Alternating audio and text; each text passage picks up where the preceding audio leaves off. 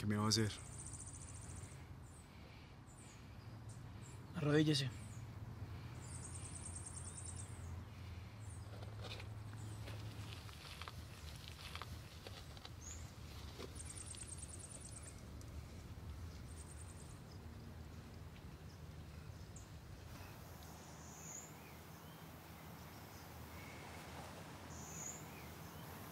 Papá, yo le dije que no volviera.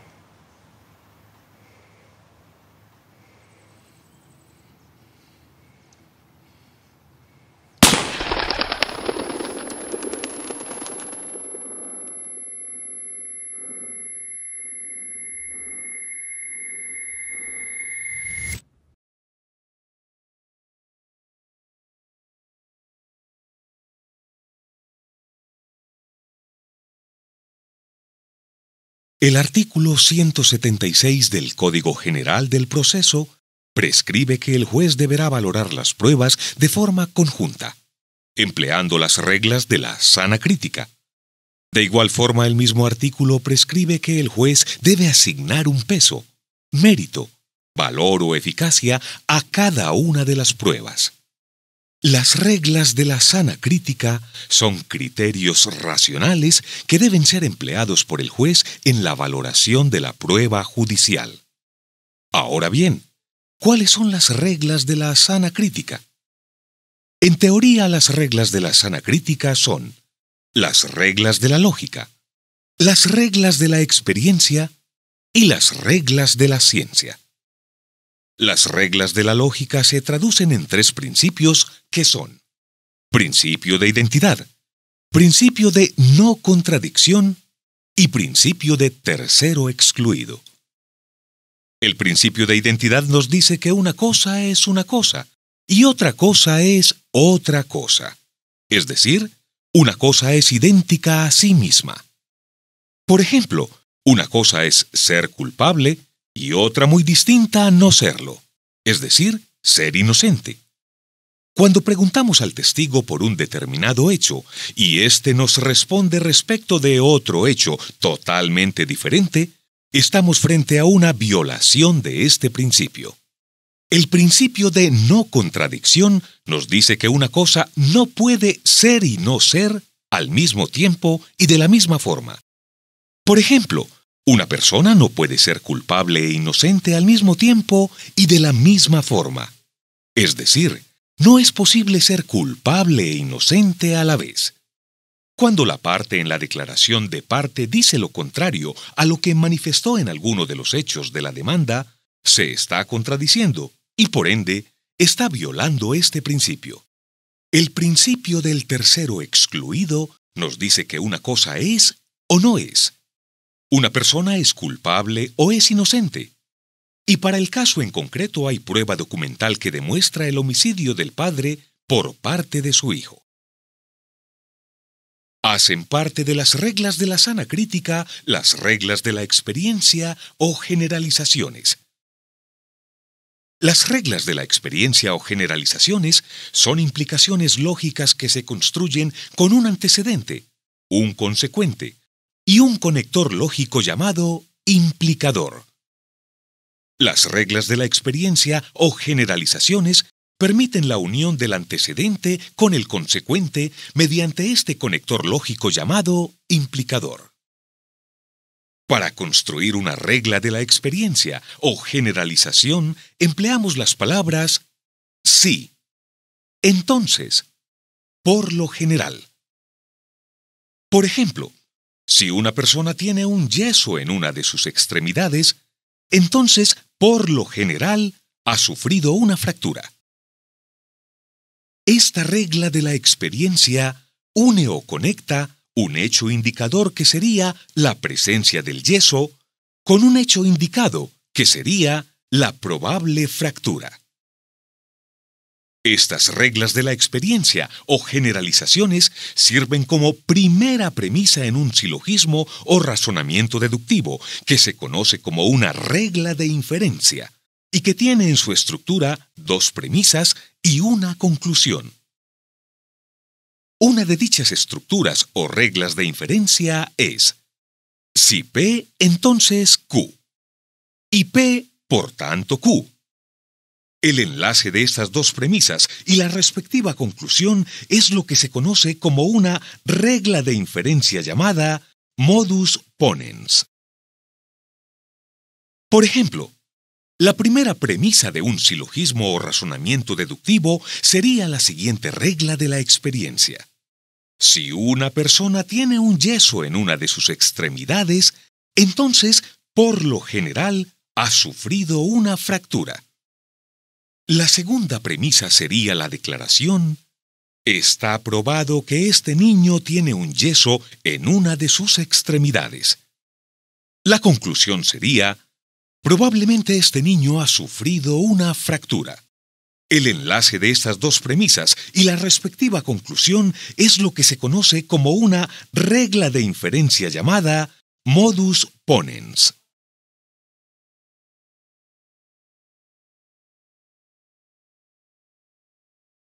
Otra de dichas estructuras o reglas de inferencia sería: si P entonces Q y no Q, por tanto no P. El enlace de estas dos premisas y la respectiva conclusión es lo que se conoce como una regla de inferencia llamada modus tollens. Por ejemplo, la primera premisa de un silogismo o razonamiento deductivo sería la misma regla de la experiencia. Si una persona tiene un yeso en una de sus extremidades, entonces por lo general ha sufrido una fractura. La segunda premisa sería: y está probado que este niño no tiene una fractura. La conclusión sería: probablemente este niño se ha puesto un yeso para hacernos creer que tenía una fractura. El enlace de estas dos premisas y la respectiva conclusión es lo que se conoce como una regla de inferencia llamada modus tollens. Son demasiado importantes las reglas de la experiencia y las reglas de inferencia que las emplean. Las reglas de la ciencia están relacionadas con la técnica, la experticia y el conocimiento científico. El juez deberá valorar si la teoría o técnica ha sido o puede ser probada, si ha sido sometida a revisión y ha sido publicada, si se conoce la tolerancia o el margen de error que la misma arroja cuando es aplicada, si está estandarizada y actualizada y si la comunidad científica del planeta la da como aceptada. Una vez aclarado el tema de las reglas de la sana crítica, debemos considerar la valoración individual de la prueba judicial. En la etapa de la actividad probatoria, denominada la práctica o el desahogo de la prueba, es donde el juez valora la prueba de forma individual. Pero, ¿qué valora el juez en dicha etapa de la actividad probatoria? La credibilidad. Y en teoría, ¿cómo se valora esta credibilidad? Haciendo preguntas relacionadas con los atributos de la credibilidad. ¿Y cuáles son estos atributos de la credibilidad? Para la prueba testimonial son veracidad, objetividad y sensibilidad observacional. La veracidad está asociada con la honestidad del testigo, la parte o el perito cuando rinden testimonio, y con el hecho de que éstos no incurran en contradicciones. La objetividad está asociada con el hecho de que lo afirmado por el testigo, la parte o el perito, haya sido percibido por medio de sus sentidos y que éstos sean imparciales o no estén sesgados de alguna manera. La sensibilidad observacional está asociada con la calidad de dicha observación. Veamos en la práctica un ejemplo para la veracidad.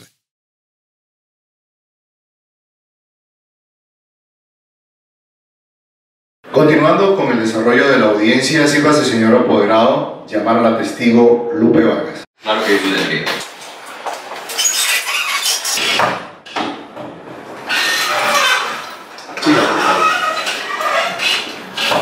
Presente Lupe Vargas, identificada con la tarjeta de identidad número 2004-00727, se le procede a tomar el juramento de rigor. Usted ha sido llamada para que rinda una declaración bajo la gravedad del juramento. En actuación judicial o administrativa, quien falte a la verdad o la calle total o parcialmente puede incurrir en un delito que se denomina falso testimonio, el cual, conforme al artículo 442 del Código Penal, tiene pena de prisión de 6 a 12 años. Advertida la importancia moral y legal que tiene el juramento, levantando su mano indique si jura decir la verdad, solo la verdad y nada más que la verdad en lo que va a declarar. Sí, juro. Muchas gracias, tome asiento. Lupe, manifiésale al despacho si es cierto o no que alguna vez en tu vida has mentido. Señor juez, objeto de la pregunta, toda vez que considero que es engañosa, confusa, vaga e ininteligible. Aun cuando me parece extraña y poco usual la pregunta, voy a permitir que responda. Lupe, por favor, respóndeme esa pregunta que ha hecho el abogado. Sí, sí ha mentido. No más preguntas, señor juez. A esta niña simplemente no se le puede creer. Le concedo el uso de la palabra a la contraparte para que, si eso desea, hacer uso del contrainterrogatorio. Sí, señor juez. Muchas gracias. Lupe, en respuesta a la pregunta que te decía el abogado, tú acabas de afirmar que efectivamente has mentido. Te pregunto, ¿vas a mentir en este proceso? No. Ahora veamos en la práctica un ejemplo para la objetividad.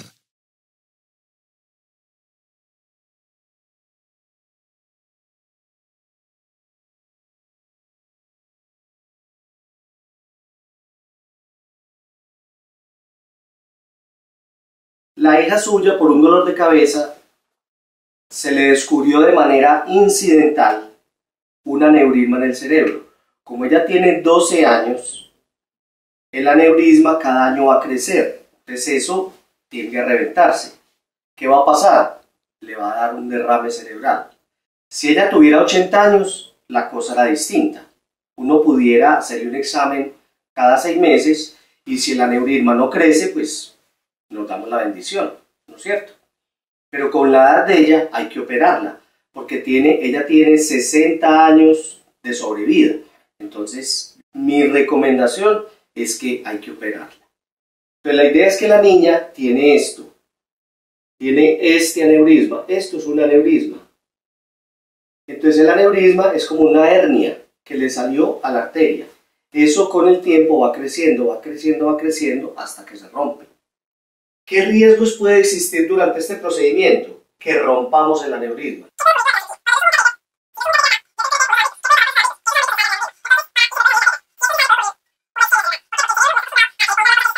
El otro riesgo es ¿cuál? Yo voy a chuzar una arteria que se llama la arteria femoral.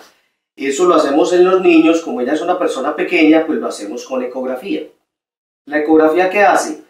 Uno chuza exactamente en el sitio donde tiene que chuzar la arteria. Si uno la chuza mal, puede haber un hematoma en el sitio de la punción. Eso lo tratamos de evitar con la ecografía. Entonces ahí ya pasamos un obstáculo. La mayoría de las veces, en mi experiencia, 1 de 100 pacientes que yo opero le va mal. Doña Isabel, después de darle una explicación de todas las consecuencias de esta cirugía, ¿usted entendió todos los riesgos? Sí, doctor, me queda todo muy claro. Si usted entendió, por favor, me firma el consentimiento.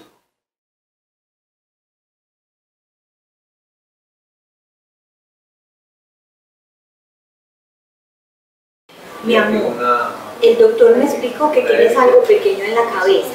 Te va a hacer una cirugía. Él ya me explicó todos los riesgos. ¿Y qué? ¿La cirugía es fácil o difícil? Es fácil. ¿Y si entendiste lo que te dijo el doctor? No muy claramente. ¿Y por qué no le preguntaste?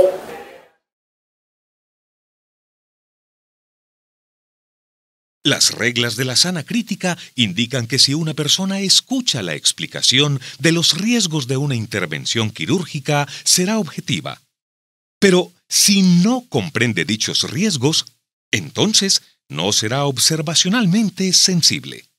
Además, su veracidad ante el médico puede ser cuestionada. Veamos las reglas de la experiencia en este caso y construyamos las reglas de inferencia para el mismo. Si a una persona se le da una explicación de los riesgos asociados a una intervención quirúrgica, entonces, por lo general, esta persona entiende dichos riesgos. Y si esta persona entiende dichos riesgos, entonces, por lo general, firma el consentimiento.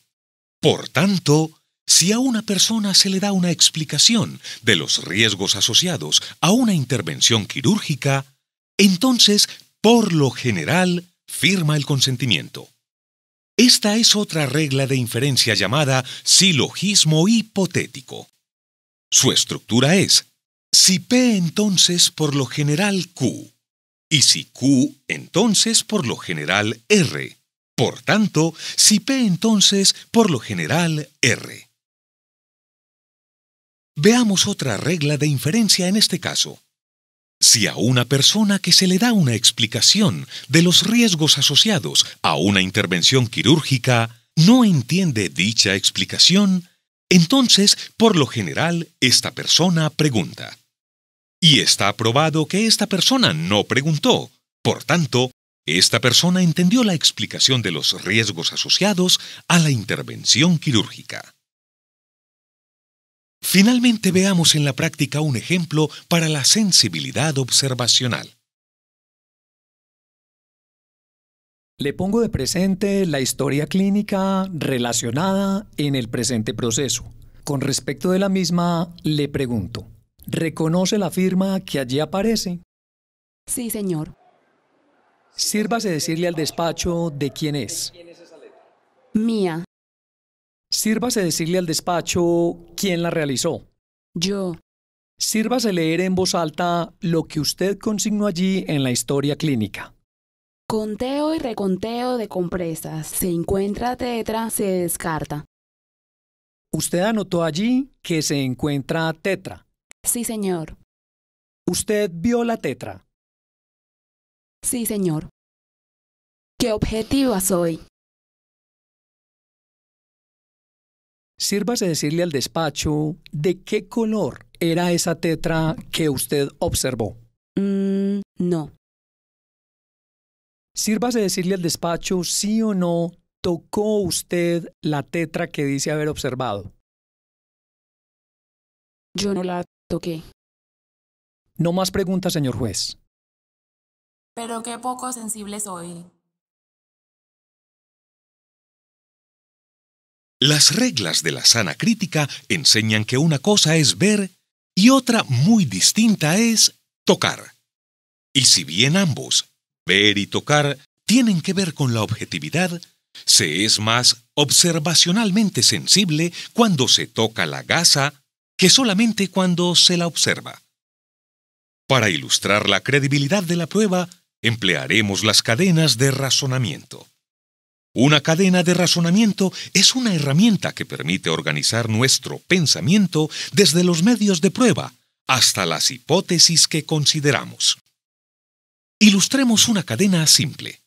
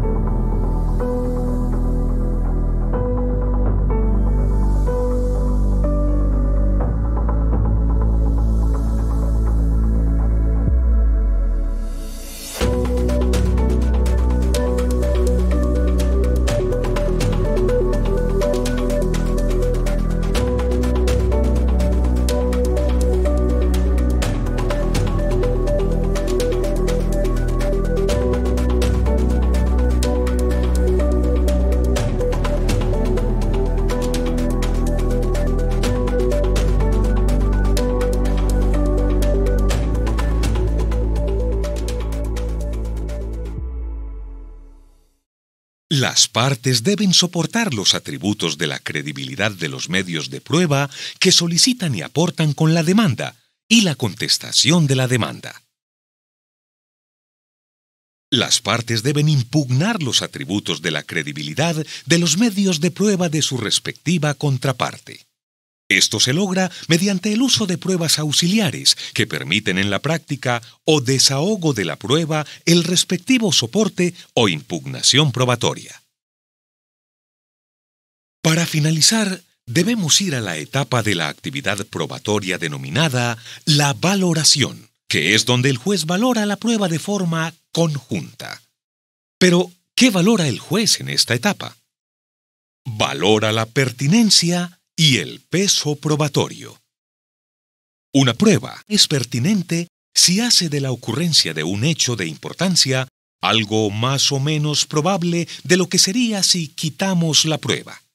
Por ejemplo, si tenemos un testigo que, siendo creíble, afirma que una persona tiene un yeso en su brazo izquierdo, entonces esta afirmación hace de la fractura algo más probable y de la no fractura algo menos probable. Por tanto, esta prueba testimonial es pertinente, pues hace de la hipótesis de la fractura algo más probable que la hipótesis de la no fractura.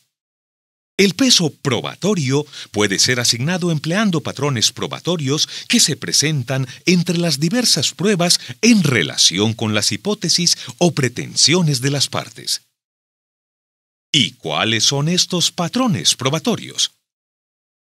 Corroboración, convergencia, contradicción, conflicto y redundancia probatoria.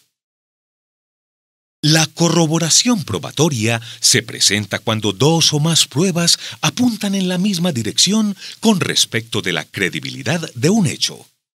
Por ejemplo, la prueba 1 es un testigo que, siendo creíble, afirma que una persona tiene un yeso en su brazo izquierdo, y la prueba 2 es una fotografía que, siendo auténtica, es decir, creíble, muestra que esa misma persona tiene un yeso en su brazo izquierdo. La convergencia probatoria se presenta cuando dos o más pruebas, siendo creíbles, apuntan hacia hechos diferentes, pero convergen hacia la misma hipótesis o pretensión. Por ejemplo, la prueba 1 es un testigo que, siendo creíble, afirma que una persona tiene un yeso en su brazo izquierdo. Y la prueba 2 es un video que, siendo auténtico, es decir, creíble, muestra que a esa misma persona le están poniendo un yeso en su brazo izquierdo. Ambos medios de prueba hacen la hipótesis de la fractura algo más probable que la hipótesis de la no fractura. La contradicción probatoria se presenta cuando dos o más pruebas apuntan en dirección opuesta con respecto de la credibilidad de un hecho. Por ejemplo, la prueba 1 es un testigo que afirma que una persona tiene un yeso en su brazo izquierdo. Y la prueba 2 es un video que muestra que esa misma persona no tiene un yeso en su brazo izquierdo. Aquí está en juego la credibilidad de los medios de prueba. El conflicto probatorio se presenta cuando dos o más pruebas apuntan hacia hechos diferentes y en dirección opuesta con respecto de las hipótesis planteadas. Por ejemplo, la prueba 1 es un testigo que afirma que una persona tiene un yeso en su brazo izquierdo. Y la prueba 2 es la historia clínica en la que consta que esa misma persona ha sufrido un esguince en su brazo izquierdo. La redundancia probatoria se presenta cuando dos o más pruebas apuntan hacia hechos diferentes y una de ellas es parcial o totalmente redundante o inútil con respecto de las otras. Aquí, la credibilidad es crucial para establecer dicha redundancia. Por ejemplo, la prueba 1 son las huellas dactilares de una persona en una silla que se encuentra en un cuarto de una casa donde ha ocurrido un homicidio. La prueba 2 son las huellas dactilares de la misma persona en un escritorio que se encuentra en el mismo cuarto de dicha casa. Si la hipótesis está relacionada con el hecho de si dicha persona estuvo o no en dicho cuarto, Una de estas pruebas es redundante. Este es el fin de la historia. Gracias por permitirme contarla. Pero antes de irme, veamos quiénes estuvieron en la misma y que sea el autor y productor de esta conferencia quien nos dé las conclusiones de la misma. Adelante. En Colombia la justicia llega a todos por igual. Llega a todos por igual.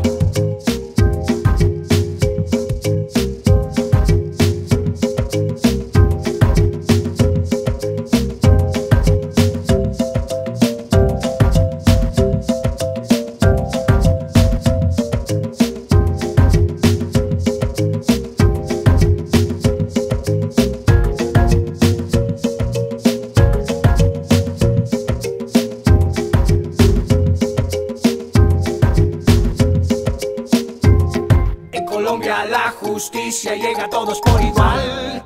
Llega a todos por igual.